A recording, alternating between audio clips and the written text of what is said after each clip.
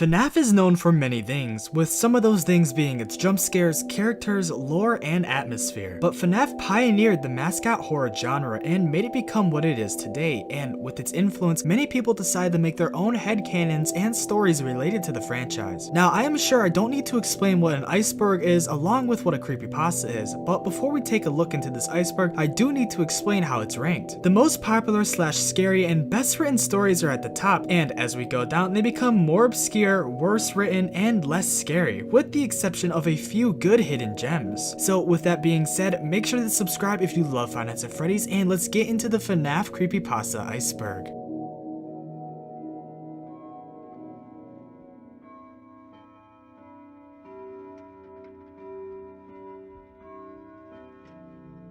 The Hidden Lore series is by far one of the most popular FNAF creepypasta series ever made. The series follows many different stories that take place within the confines of the FNAF franchise. Each story is narrated as its own separate entry in the series, with the most popular and iconic one being the first episode, simply titled Hidden Lore. This story has an unreal sense of realism and uniqueness due to the way the stories are portrayed, with it not actually being a written story, but instead a set of YouTube videos with audio narration. Episode 1 starts off with Freddy, Bonnie, and Chica greeting the restaurant patrons, thanking them for being there and asking them if they're enjoying their pizza. During this opening dialogue, there can be heard audible cries for help from the animatronics in a glitchy voice, but no one seems to notice. Shortly after this conversation ends between the animatronics, they begin to play music together, but as they start, the power seems to go out. The scene then transitions over the Pirate's Cove, with Foxy talking to the nearby children, and during his dialogue, we can hear the same audible glitches and cries for help, like how we could with the other animatronics. As Foxy continues to talk to the nearby children, a mom and her daughter walk over the Pirate's Cove, and the daughter is eager to play with Foxy, so she hops on the Pirate's Cove stage and starts touching him. An employee rushes over, begging her to get off of Foxy, but the little girl refuses. As the employee tells her mom to tell her daughter to get off of Foxy, disaster strikes, and all we can hear is a sound of a large crunch with a subsequent sound of blood splattering on the floor. As screams fill the building, the lifeless corpse is left stuck in Foxy's mouth. The story then fast forwards into the not so distant future, where a familiar phone ring can be heard. We can hear someone pick up the phone, and as they answer, they ask, hello? The phone call continues, with the manager of the restaurant and the night guard talking about the incident that just occurred with Foxy. The manager mentions that the animatronics may be acting weird this night, due to the engineers having to change some software because of the bite incident, and the night guard acknowledges this. As the conversation concludes, the night guard begins his night shift, but after some time, he begins to notice weird noises coming from inside the restaurant. As he leaves his office to go and investigate, he realizes that the noises are coming from the animatronics. As he approaches them, they begin talking like how they were on the stage, with the occasional glitches crying for help. As the guard begins to notice the strange glitching, he runs back into his office and tries to close the door, but it doesn't shut. As a last-ditch effort, he tries to call his boss for help, but the power goes off and Freddy begins to sing his famous jingle, and that's where episode 1 ends. Now, even though there is plenty more episodes in this series, I'd recommend you check them out on your own for the full experience, as each character is individually voiced by someone unique, and it really elevates the storytelling in a way I haven't really heard. Plus, almost every FNAF game has its own episode, and there is a full 1 hour long video of all the episodes combined on Mr. Creepypasta's channel.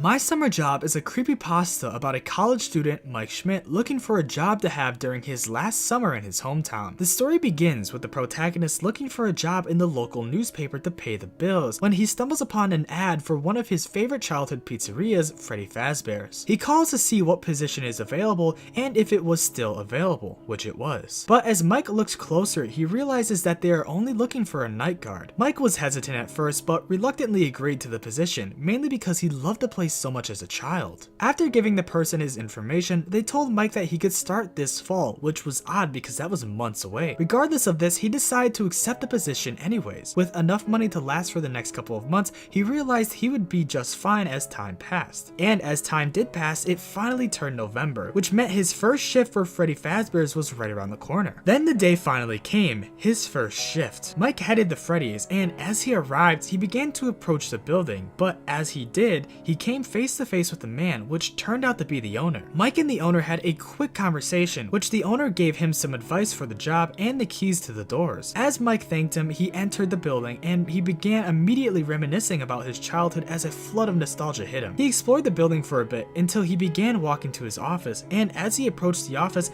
the sound of beeping grew louder, and as he finally entered, he realized it was a message machine. As he pressed the play button, he noticed that someone left a message for him about what to do as a night guard. And as the story continues, as nights pass, Mike begins to uncover various secrets about his once beloved pizzeria, with the main thing being that the animatronics are trying to kill him as the nights progress. On night 5 though, after Mike went through pure torture trying to survive against the animatronics throughout the first 4 nights, his boss was waiting for him outside. As Mike approached the building for his 5th shift, he greeted his boss and he was met with an insult from him. His boss confronted him about the previous night guard, which was now deceased. Mike admitted to his boss that he didn't know anything about the previous night guard and that he never met him, but the boss continued to interrogate him on the situation. The night prior, which was the 4th night, Mike got a very strange call that ended in a panic from the phone guy, with it abruptly cutting out with a loud scream. Mike knew the previous night guard was dead, but didn't want to believe it. As his boss continued to exclaim that he knew Mike wasn't innocent, his boss explained that there was no forced entry into the building and that all the evidence was pointing to Mike. His boss then left the pizzeria furiously. After this conversation, Mike wondered to himself if he should even finish the night, but he needed the money badly. So as Mike pondered for a moment, he hesitantly entered the building and started his shift. As Mike began his shift, he realized that the animatronics were more aggressive than the previous nights, and as the night continued, the animatronics began to act differently. They were making demonic noises, and on one of the cameras, he could see a Freddy Fazbear suit that was limp. As he looked closer for further inspection, he realized that there were eyeballs poking out of the face and that dried blood was seeping from the eyes. After seeing this, Mike blacked out, but shortly was awoken by loud banging on the door. Immediately checking the time and cameras, he realized it was 5:55 and that the animatronics were in its respective locations. So Mike started to think that his boss was at the door, so he proceeded to open it, and when he did, the same stuffed Freddy Fazbear suit was waiting outside. He immediately ran out of the building and drove away as fast as he could, planning to never go back. The story then continues 2 days later, as Mike received a check and notice saying he was fired.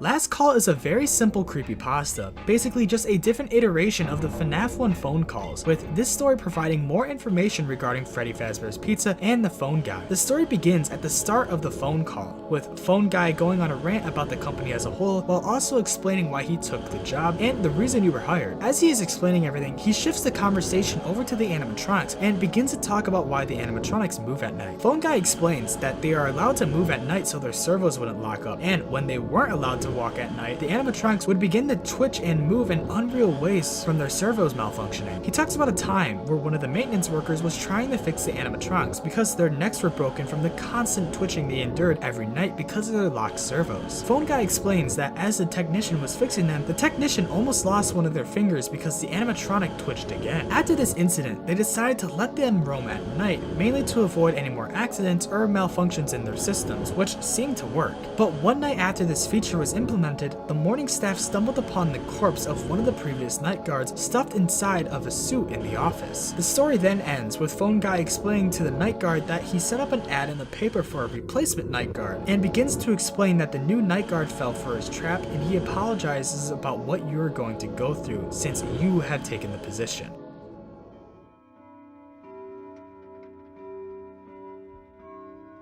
This story is arguably one of my favorites on this list, primarily because of the characters in this story, but due to it being over an hour long, and for fear of me missing too many details, I'm just gonna shortly summarize it for you. This creepypasta follows a story of a man looking for a job, and as he searches for one, he stumbles upon a night guard position at Freddy Fazbear's. He quickly takes interest, as Freddy's was a place he would go to a lot as a kid, and also his dad worked there, so he had fond memories of the place. After applying, he goes in for an interview and gets immediately hired, mainly because the owner knew his father from the time when he had worked there. So the manager finishes up the application process, and that's when the narrator began checking out the place to get a feel for what it would be like to work there. And as he was exploring the restaurant, he realized that one of his favorite animatronics, Foxy, was out of order. The narrator then goes to ask the manager how long Foxy has been broken for, and the manager says it's been more than 10 years. The narrator looks at the manager in shock, as he can't believe how long Foxy has been out of order for. He then asks the manager if he could could fix Foxy up, with the manager reluctantly agreeing. The narrator immediately began to start fixing him up, as he did have some experience with engineering. Throughout the week as the night guard, he begins to notice that the animatronics move throughout the night,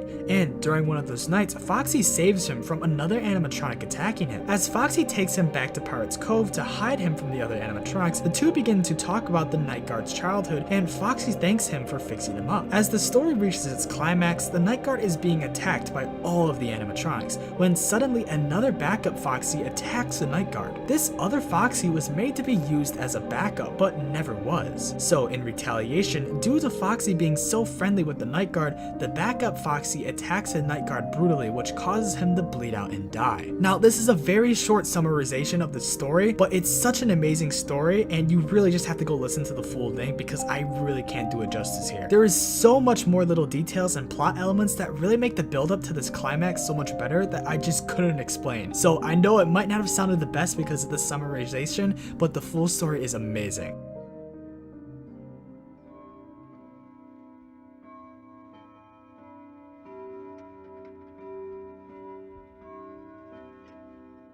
Four Nights at Freddy's is one of the longest creepypastas on this list. The story is about a guy who desperately needed money, and while searching for a job, he saw that a new pizzeria was opening up near him. So he decided to take this opportunity to apply for a job there. The narrator explains that he would have never have taken the job if it wasn't for the fact that he would be moved over to the day shift after his first 5 nights. Even though he was hesitant, he explained that he had no choice but to take the job and just decide to get it over with. He got hired almost instantly and was asked to start his first shift as soon as possible. So with this news, he arrived at the pizzeria a bit later for his first shift, and as he entered, he admired how new and polished everything looked. As he explored the building, he headed towards the office, and as he approached it, he described the office being the strangest office he's ever seen, describing it with one open big door and 2 vents on each side of the room. As he sat down, he saw a note giving him a quick rundown of what to do, so he read it and then proceeded to start his shift. As the first night continued, he read a newspaper, wound the music box, and occasionally checked the cameras until he heard the sound of heavy footsteps. Looking for an intruder, he checked the cameras but couldn't see anything, but instead noticed that Bonnie was missing. Quickly closing the camera, he turns on the flashlight to see nothing down the hallway until more footsteps were heard. As he turns on the flashlight again, he sees Bonnie standing down the hallway. The narrator found it amusing and was impressed by the technology, but by that time his shift was almost up and he wasn't worried about it. Plus, the note prepared him for this, with it explaining that the animatronics were allowed to move at night, so he didn't really care. But night 2 was different though. He settled into his same routine, but within a couple of hours he noticed that the animatronics were acting different. After checking the rest of the rooms on the cameras that he didn't look at the night prior, he realized that Bonnie and Chica were missing from their stage. Checking the cameras more thoroughly, he notices that Bonnie was staring directly into one of the cameras. The narrator was panicked by this, and he became paranoid for the rest of the night, consistently checking the cameras and listening for footsteps. But as some time passed, he did hear footsteps again and immediately checked the hallway with his flashlight. He could see that it was Chica this time and not Bonnie, but that's when the flashlight began to flicker, and during this, Chica vanished. After this occurred, he was too distracted by it and realized he forgot to wind the music box. He then quickly wound the music box, and then as some more time passed, he heard more footsteps again. So expecting the same thing, he turned on the flashlight and he saw Foxy in the hallway. But Foxy stopped right in his tracks before he proceeded to run back down the hallway. The night guard found this weird, but it hit 6 AM so he didn't care. Night 3 began normally, with the first hour being relatively calm, so due to it being so relaxed, the night guard decided to go use the bathroom quickly before he continued his shift. After he entered the bathroom and one of its subsequent stalls, he proceeded to use the bathroom. But then shortly after, he started to hear a noise that sounded a lot like the bathroom door being opened. But then he heard those same footsteps again, which confirmed his suspicion that it was one of the animatronic. But then an eerie childlike moan could be heard right after these footsteps, followed by a loud bang of one of the stall doors being forcibly opened. As every stall door was kicked open, the night guard ducked onto the floor to avoid detection from the animatronic, which happened to be Withered Freddy. Realizing that the animatronic was being hostile and realizing that he hadn't wound up the music box in a while, he decided to make a break back to his office while Freddy was distracted.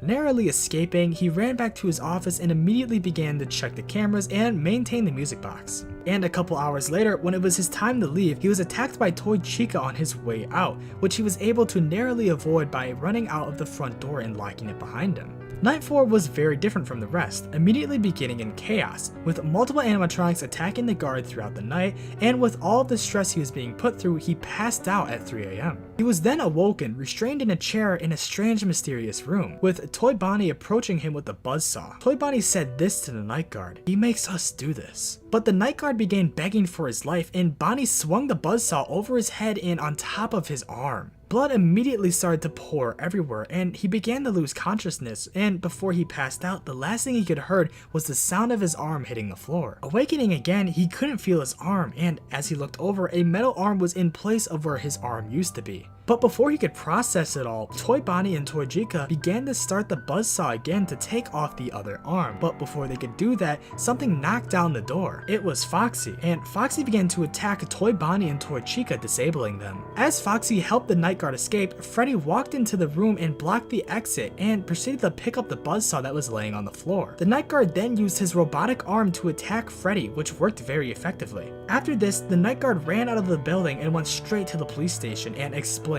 everything. The building was shut down that night, but as paramedics arrived to the scene, they immediately tried to remove the metal arm, but it somehow became infused into the night guard's flesh and wasn't able to be taken out.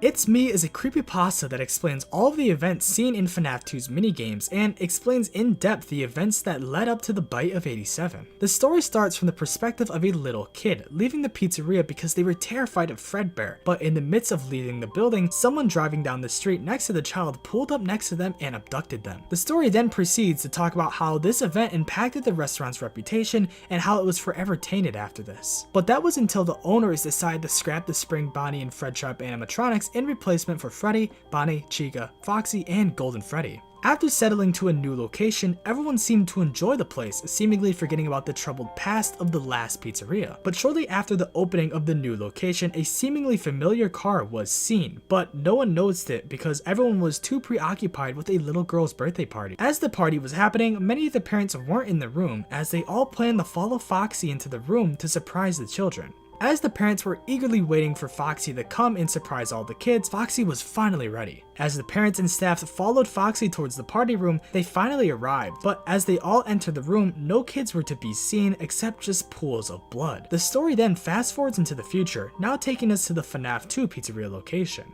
We are given an explanation and are led through the journey it took to get the new pizzeria opened, with it being described to us all of the changes and quirks that were made to keep the place safe. But due to a minor incident around the restaurant's opening involving one of the day guards being grabbed by Withered Freddy, police were called to make sure everything was okay and that no one was harmed. But as they investigated, they found the corpses of the missing children from that birthday party all of those years ago, and discovering that someone used the Spring Bonnie suit to unalive them. After figuring this out, the location was set to temporarily close, but they were scheduled to host one last birthday party the next day. So during the party, one of the toy animatronics scared a little kid away from the party area, which led him to run into the same room as the puppet was. One of the day guards took notice of this and followed after him. And as he entered the room, he began asking the child what was wrong. But the guard then started to slowly notice that the music box wasn't playing any music. And as he turned to look at the music box, he began to notice the puppet rising out of it before shortly attacking him.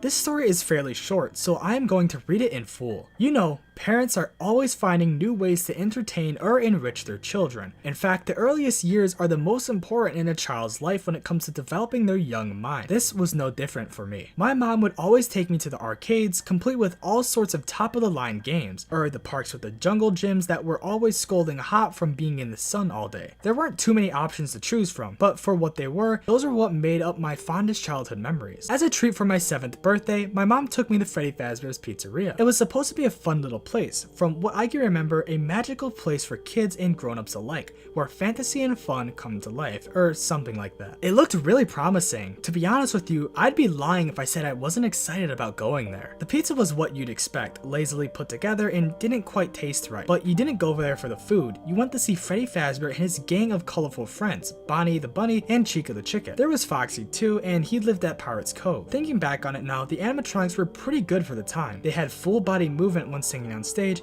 and even Foxy moved around quite a bit on his little pirate ship. In fact, I remember that after a few songs, Freddy and his friends would come off the stage and walk around interacting with the kids. They would walk up to the kids and say things like, "How's the pizza?" or "Are you having fun?" I remember that Foxy always said, "It's me, I'm gonna get ya." It was kinda cute. To keep the kids entertained, there would be little games they'd play, like Follow the Freddy, which was just follow the leader, or Foxy's Treasure Hunt, where kids would be given small trinkets and Foxy would chase after them like a game of tag. I remember I had finished my slice of pizza and asked if I could play the treasure hunt game with Foxy. My mom said it was okay, so I got up and one of the workers gave me a tiny palm-sized treasure chest. I was actually really excited because Foxy was my favorite. Me and about 6 other kids were given small treasures, and that's when Foxy jumped off of Pirate's Cove and he yelled, "It's me, I'm gonna get ya." And that's when we all scrambled. It was great fun. I looked over my shoulders and saw Foxy chasing around the other kids, and at one point he almost got me. Boy, Foxy was fast. I didn't quite know why at the time, but while I was in the middle of playing the treasure hunt game, my mom lifted me up abruptly and carried me swiftly towards the exit. She said things like, "We've got to go right now, and we should have never have come here." I'd never heard such urgency in her voice before. I thought that maybe it was because some kids started crying when Foxy got him. They had screamed really loudly and started sobbing. I remember that a bunch of parents rushed over. There was all sorts of commotions and noise, but I was too busy having fun to notice that anything was wrong. But now that I think about it, I do remember that as my mom carried me through the exit, I saw Foxy standing above the body of a kid he had caught. He was staring at me with crimson liquid dripping from his teeth.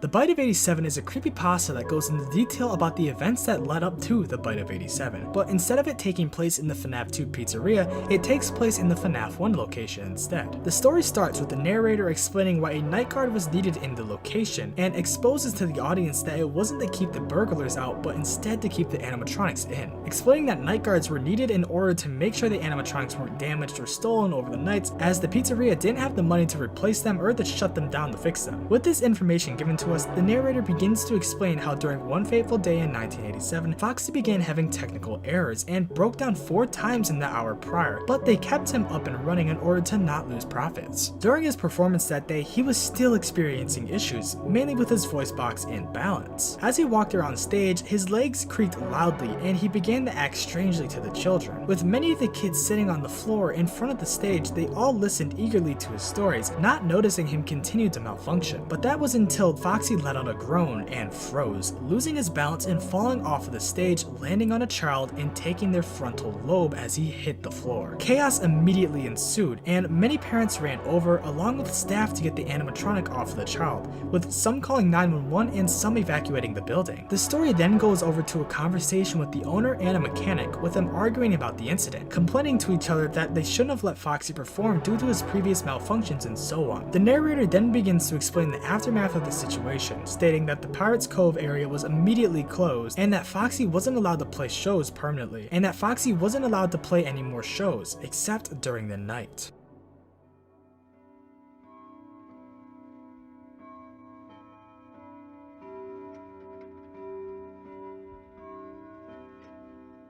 This story describes the events of a teenager babysitting their baby cousin at Freddy Fazbear's Pizza when things start to go very wrong. The story is very long, but it is very simple to understand, so I will be quickly summarizing it as well. The narrator and his little cousin Alex went to Freddy Fazbear's because Alex's parents were busy that day, so they went to Freddy's to watch the band, play the arcade games, and etc. But during one of the various shows played by the band, the narrator noticed that the animatronics were staring directly at him and weren't moving. He started to feel uneasy and began to panic, so he ran over to a worker to ask what's happening with the animatronics. As he began explaining to the worker what was going on, the animatronics then weren't looking at him as the stage curtain was closed by now. But then Alex ran up to him, interrupting his conversation with the worker, asking for his phone to call his mom. So the narrator gave Alex his phone, and then Alex ran into the arcade to proceed with the conversation with his mom. As a couple hours passed, it was finally closing, so Alex and him began to get ready to leave, but just as they were heading out, Alex had to use the restroom. As they proceeded to the bathroom, Alex entered and the narrator waited for Alex to use the restroom outside. But minutes passed and he still wasn't done. And by that time, many staff members were already out of the building, and he was sure that him and Alex were the only ones left in there. As some more time passed, he checked the bathroom to realize Alex wasn't in there anymore and noticed that his phone was missing as well. The narrator then proceeded towards the front door to leave and get help, but that was until he noticed that there was a metal door blocking his exit. He realized he was trapped in there and he couldn't leave. As the story progresses some more, the animatronics began to move and started to try and kill the narrator. The story goes in depth, explaining how he was surviving the night while also still trying to find Alex. But some hours later into the night, while fighting to survive, the narrator managed to find a crowbar, which he used to break a window and escape. After the narrator contacted the police after escaping, they went inside to investigate, finding out that the animatronics were all back in their original positions and Alex wasn't anywhere to be seen, and they haven't found Alex to this day.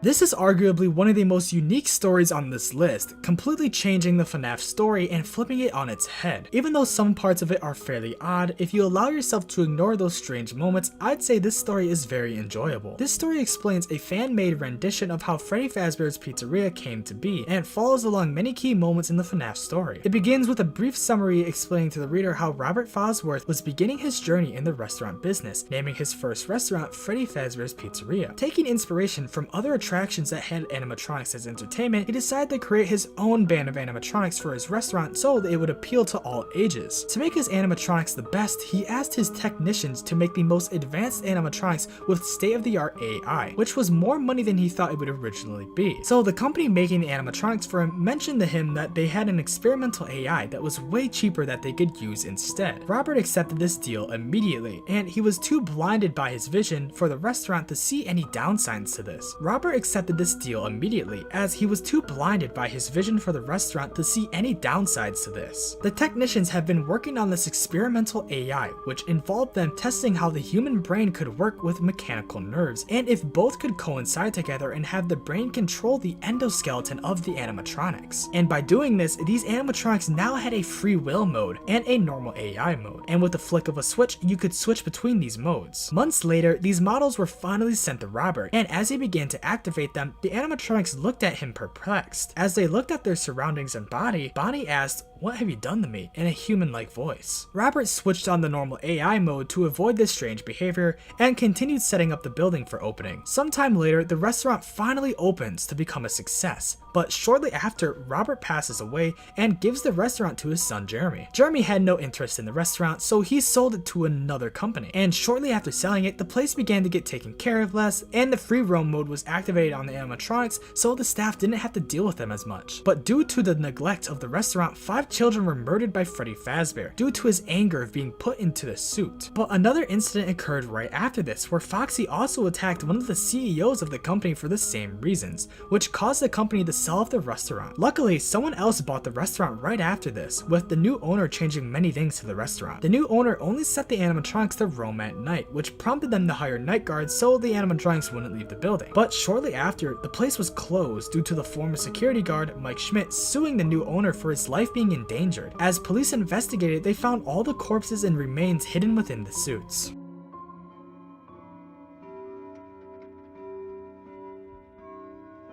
In the Aftermath is a story that shows us what really happened in Phone Guy's final call from FNAF 1, giving us an in-depth look of his thoughts while recording the messages for the next security guard, while also explaining what happened after his death and what happened to Freddy Fazbear's Pizza in the aftermath of his passing. The story begins with Phone Guy putting in his resignation, but his boss needed him to work one last week, just so they can find another night guard to take his place after he left. So Phone Guy reluctantly agreed and went in for his final week, starting his shift. As he began his shift, he started to think about his replacement and how he wouldn't know what he'd be getting himself into. So the Phone Guy eagerly picked up the phone and recorded his first message. The story continues as Phone Guy records the rest of his messages for the next night guard, making multiple voice recordings explaining various things in depth. But as he is recording these messages, the animatronics are starting to become very aggressive and are trying to get into his office. But that was until Phone Guy noticed that he was using a lot of his power while recording these messages, which eventually led to him running out of power and getting attacked by the animatronics. The story then switches over to a news broadcast explaining that one of the animatronics escaped the building during the night, with the news broadcaster going into detail how there was no one to prevent the animatronics from leaving the building because the night guard had seemingly quit. The story then moves into the aftermath of the Phone Guy's death, with it being explained to the reader how Freddy's was due to close because 5 children were found murdered in the back room, and how it really affected business for the restaurant, with it also being mentioned that the animatronics were continuously breaking down and malfunctioning, which led the manager to officially announce the closing of Freddy Fazbear's Pizza.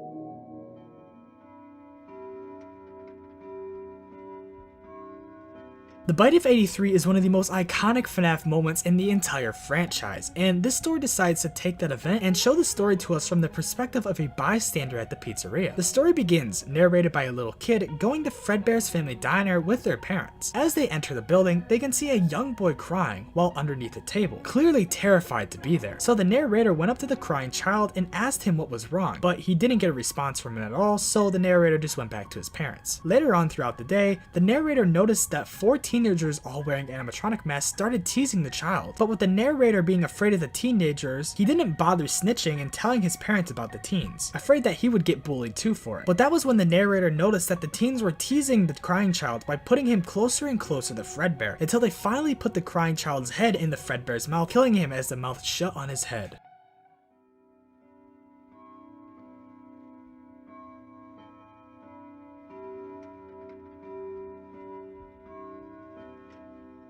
This is where we start to get into some of the more bad creepypastas, with bad writing and etc. But this story is very short, so I'm just gonna read it in full. The year was 1987. Freddy Fazbear's had reopened. I decided to go. I was 12, so the animatronic shows were kind of dumb. Balloon Boy was stupid, Kid Cove was only for little kids, but one area I liked, the puppets area. He gave the prizes, nothing else. His area was not quiet because I had a faint music box in the background that always calmed me down. The only downside was that the puppet was creepy. He had an odd smiling face and never said a word. He only laughed when he gave kids prizes. But back to what I was saying. It was a great place and had delicious pizza and fun games. But sadly, one time I accidentally got locked in the pizzeria. I walked around trying to find a spare key or something to break the door with, and I found a room labeled parts and services. I knew old animatronic pieces were in there. They might break a door, so I opened it. It was dark, but luckily I had a flashlight with me. I turned it on, and I found a loose arm on an old Bonnie the Bunny model, so I ripped it off. I had trouble walking back to the exit, and I stumbled into the puppet's area. The music box was playing, and I found a key. I threw the arm behind me, knowing that the key would be easier to use, but the arm fell in the music box, and the music stopped playing. The puppet then rose out of the box. He said, "Let's play," and ran after me. I was quicker, but just by a bit, so I quickly unlocked the main door, got outside, and locked it up again. Ran outside, and locked up the door again. I ran home, crying. I got back home haunted by the nightmare that forever stayed in my mind.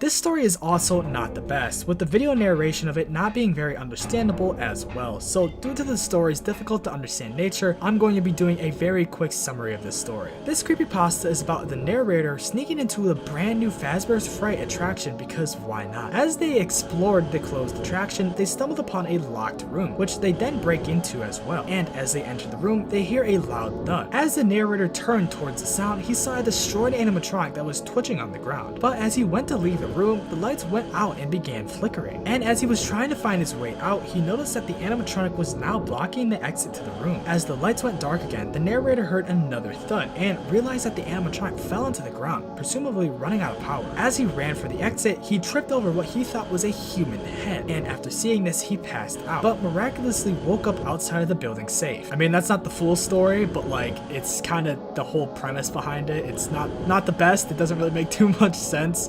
So, this is the best I can do.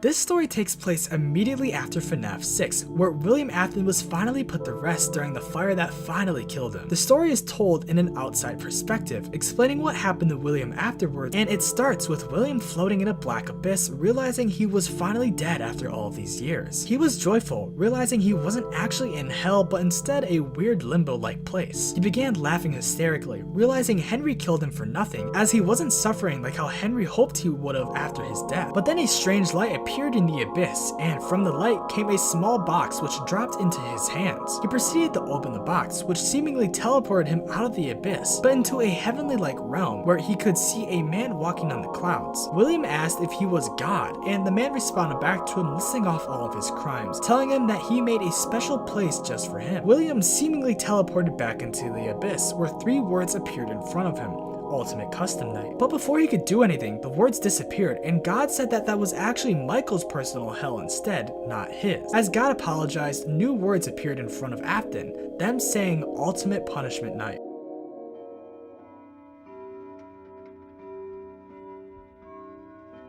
This story is rough, but it's quick, so I'm gonna read it in full as well. My parents were bringing me the Freddy Fazbear's pizza with David and Joey. When we got there, Golden Freddy was already out on the dance zone. David, Joey, and I ran over immediately because we love Golden Freddy. He was throwing tickets around near the prize counter and said he had more in the back. He went to get them as we collected the remaining ones. When he took a while to come back, the other children went away. But we had just gotten there and he left so soon. So Joey, David, and I went to go find him. We entered one of the rooms and then the door closes. We turn around to see Golden Bonnie. Joey loves Golden Bonnie, so he went in for a hug and he got so excited that after we hugged him, he went into shock and fainted. He must have had ketchup on him because it started pooling around him. But then everything went cold and my mom told me to keep my jacket with me. But then I see David fall over too and the Bonnie picks him up and the lights go off. Then I hear metal clanging together.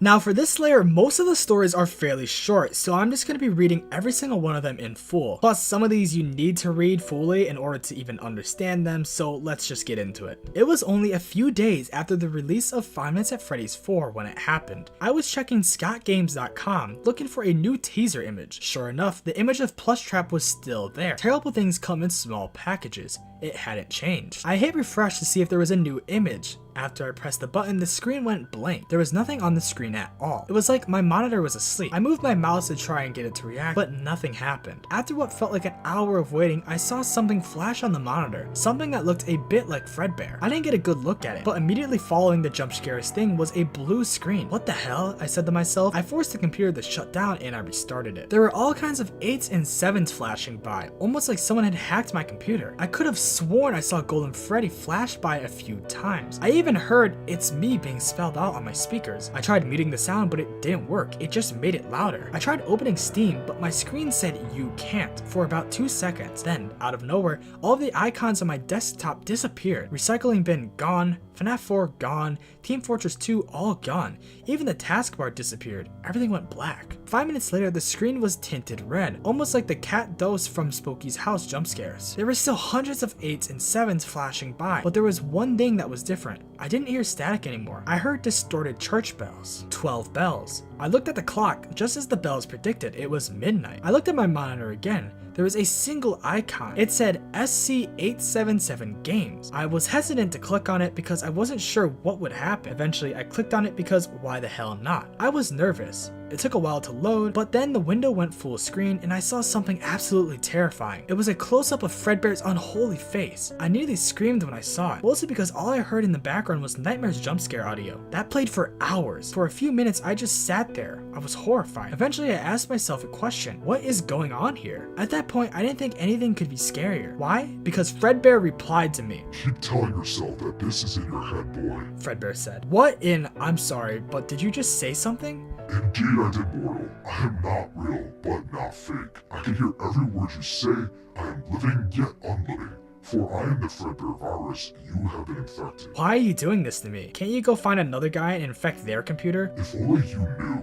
If only you knew the pain of being alive yet dead, but dead yet alive at the same time. It is painful. This is your nightmare. Accept it. With that, Fredbear jump scared me. I shut my computer down and went to bed, thinking about what he had said, dead yet alive. The next morning, I was afraid to turn on my computer. I was afraid that Fredbear was waiting for me, so I turned my computer on, and I found a red screen. There was all kinds of weird source code, 8s and 7s scattered everywhere. Fredbear_virus_exe repeated multiple times, and a final message that read, "You can't escape death, whether it be at the hands of a killer, in the mouth of a beast, or in the comfort of your gurney. Death will find you. You have been warned. This computer will now shut down entirely." After that, my laptop shut down forever. It never reactivated. I tried recharging it, but it was a no-go. There was no going back.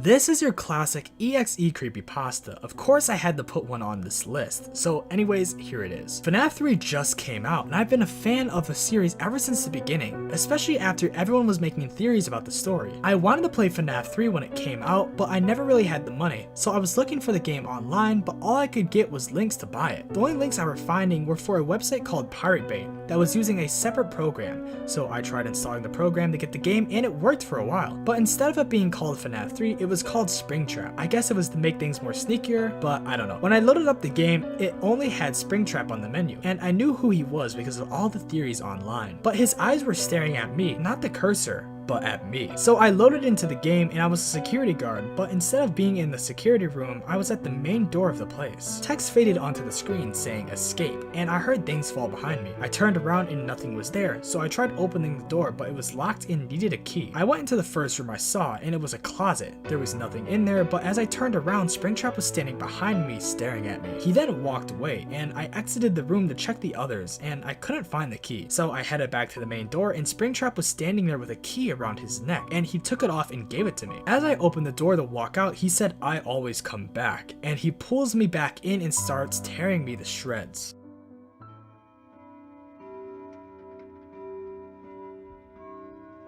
Now this story has a very unique idea behind it, but the writing just isn't the best, so let's begin. You probably know a horror game franchise called Five Nights at Freddy's, right? Well, there was rumored to be an unreleased game which was claimed to be the first Five Nights at Freddy's game in the franchise back in 2013. It was believed that Scott wanted to make a real horror game, unlike the other ones and like the other horror games like Slender, Amnesia, and Outlast, but then realized what mistake he made and stopped. The time I found the download and played it was in December 13, 2014, while I was messing around with inspect elements in Scott's website. I decided to type in scottgames.com/offlineexe for some random reason, but when I pressed enter, a download appeared titled Five Nights at Freddy's Zeros. I was confused by why Scott would add a download in such a random link, but I was pretty proud of myself for being the first to discover it. When I clicked on it, it took me to a menu which was the same menu as Five Nights at Freddy's 1, but the V031 was gone and the Scott Cawthon 2014 in the title were replaced with Scott Cawthon 2013 and Five Nights at Freddy's 0. I hit new game. It didn't take me to an intro with the newspaper stating that Freddy Fazbear's Pizza needed a new night guard. In fact, it just skipped straight to the game. The security office didn't look very interesting, a gray blank wall with no posters and a hallway in the middle, and a table with a puppet plushie which seemed withered and had a cracked mask with blood running from his eye holes and organs bursting from the chest. Then there was a phone call. Hello? Well, if you're hearing this, your chances are death will come for you. You made a poor career choice. Death will come for you? What kind of employee would say that? I decided to open the camera. I realized that there was only two cameras, cam 8 and cam -6. I flipped to cam 8 to find that Golden Freddy was standing in what appeared to be a child's bedroom with a realistic baby in a crib behind him, crying. The strange thing about Golden Freddy is that the jaw was missing and he had bloodshot eyes. I switched to cam -6, which had no signal. I checked the hall light to find Golden Freddy, again but with no jaw, but now with blank soulless eyes. I tried to close the door, finding out that the door button wouldn't work as it looked like blood was spilled on it. Of course it wouldn't work. Why would a door button covered in blood work anyways? I checked the hall light once more to see if Golden Freddy was gone. When I checked it, it went black for a second and then went back to normal, except the door was absent and that the puppet's tears and lipstick were gone and they were washed off. This is how the story was written, guys. I know it's a little confusing, but I'm reading it as it was written. I checked the cameras again. This time there was a new camera, cam 0. I checked cam 0, finding that it was a non-8-bit recreation ending of FNAF 3, where Purple Man gets killed inside a Springtrap, but not 3D rendered. In fact, it looked like as if it happened in real life. In fact, the ghosts of the 5 children looked like they were burned alive. That was when I heard a scream. In fact, it sounded very realistic. I jumped out of my seat. I scrambled to get back on my feet and checked cam 8. When I checked it, something was different. The baby that was in the crib was absent and Golden Freddy was soaked in blood. Blood drained from my face and was refilled with dread. A dread that Golden Freddy would look at me. So I quickly switched to cam -6. When I saw cam -6, I was horrified. What I saw was a picture of a child inside an abandoned Freddy Fazbear's Pizza, lying down with the same details as the puppet plushie in the office. Cracked open head, bleeding eye sockets, and organs bursting from the chest. But unlike the puppet plushie, other organs were spilling out of the mouth. That was a full sentence, by the way. And behind him were 2 legs with purple pants on that were covered in blood, possibly the Purple Man. I almost vomited at this point, so I closed down the monitor, only triggering Golden Freddy's jump scare. Not the same one Golden Freddy would use in this version, Golden Freddy actually had teeth, showing like the poster of Golden Freddy you would see very rarely, including the slowed down version of the screen for 1 second until my computer crashed and went blue screen. At that point, what I saw from the corner of my eye, what looked like a bloody jawless Golden Freddy. I quickly looked at where he was standing, but I saw nothing. I looked back at my computer screen, which was still the BSOD. I tried restarting, but I got the same blue screen, meaning I had to reboot my computer. This time it booted up as normal. That's when I got to the Windows 7 startup sound. In the middle of that, the same Golden Freddy jump scare appeared, but unlike the other one, it didn't cause my computer to go blue screen. In fact, it stayed even after the screen. I tried shutting down my computer by holding down the power button, but it didn't work. I waited for it to end. It stayed for 2 minutes, then it finally went to desktop. This time, there was a notepad on my desktop. It had no name. I opened it only to find it said, "Can you guess who I am?" Blood drained from my face. I deleted the text file and emptied my recycle bin. Last night, I was about to enter my bedroom. I saw the same figure running through the hallway. Yeah, that story was that story hurt to read. That one was bad. Bad story.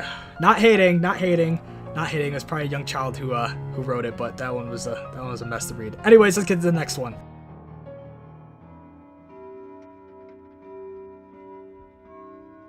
We're finally onto the last entry of this iceberg, so I hope you guys are excited. Now, this one has an interesting backstory behind it. As I was researching for this video, I stumbled upon a forum post on some miscellaneous website which I can't remember the name. There was a story on it talking about the FNAF themed haunted house attraction in Las Vegas called the Fright Dome, where the user explained a strange incident that occurred to him when he visited the attraction. The user began his story by explaining his love for FNAF and how during opening weekend for the attraction, him and a group of friends went to it. The user proceeded to go on a side tangent, explaining that during the opening weekend, Scott Cawthon was actually at the attraction and would take pictures with fans at the end of the attraction near the exit, which is why he wanted to go so badly. As him and his friends arrived to the attraction, the user described it as being packed and the lines were insanely long, but after around an hour of waiting, they were finally inside. As they walked through the haunted house, the user explained how he began to have a bad gut feeling, not from being scared or anything, but from what he described as an overwhelming feeling of dread. He shook it off and just assumed it was from him being scared, but eventually they all finished the haunted house and entered the final room where Scott Cawthon was taking pictures with fans. The user described the room as a lobby-like room where you could buy merchandise from the attraction and wait for your friends if they got separated or were put in separate groups. The user was ecstatic to meet Scott, but his friends weren't. So his friends left the haunted house to go get food at a nearby restaurant. So the user told his friends to go to the restaurant without him and that he would meet them there because there was yet again a long line to take pictures with Scott. He entered the line and went to go on his phone to pass some time and to get his camera ready when he realized his phone was dead and his friends already left, so he couldn't use their phones or contact him to come back. He wanted to run outside to go get them, but once you left the haunted house, you couldn't come back in unless you bought another ticket to go through the whole haunted house again. So he decided to just wait in line and hopefully get something along the lines of an autograph from Scott. As the user finally got in front of the line and was face to face with Scott, he asked him if he can get his autograph instead, since his phone had died. Scott agreed and reached for a backpack on the ground, which the user assumed was Scott's. As Scott dug through the backpack, he could see what looked like to be snacks, notebooks, and some other necessities for the long night of pictures Scott had ahead of him. But that was until a young child ran up to Scott, causing him to drop his backpack. Security escorted the kid to the back of the line, and the user proceeded to help Scott pick up the stuff that fell out of his backpack. Scott thanked him, and still distracted by what just happened, Scott nonchalantly grabbed one of the various notebooks he had, and ripped a piece of paper out and signed it for the user. Scott said thank you to the user and told him to have a safe night. The user thanked Scott as well and began to walk out of the attraction, and he looked back to give Scott one last look, but as he did, Scott was staring at his notebook confused, like he just accidentally did something he wasn't supposed to. But the user was already out of the building and began heading to the restaurant his friends were at. The story then gets weird here, as the user then fast forwards the story a bit to when he got back home. As he got home, he went to take a clear look at the autograph, and he noticed that the notebook page had writing on the back of it. The user thought that Scott must have ripped out a page from the wrong notebook, but the user was so eager to see if there was any concepts for a new FNAF game on the back of the paper, he turned the page, but was shocked to see that everything was written backwards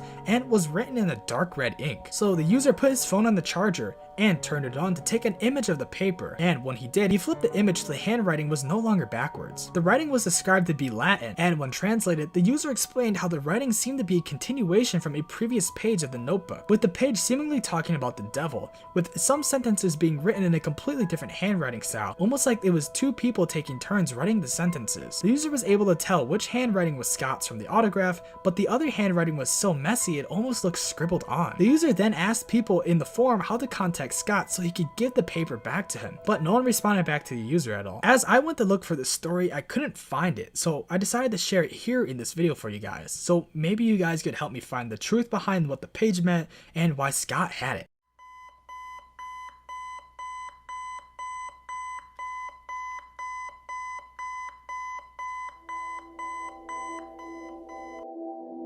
Anyways, that's the end of the FNAF Creepypasta Iceberg. I hope you enjoyed it, and maybe I'll make a part 2 in the future. If you loved this iceberg, you'll love the ultimate FNAF hoax and rumor iceberg video that you can watch here. I know some stories didn't make too much sense, but I tried to read them off as best as I could and get all the juicy information in for all my summarizations.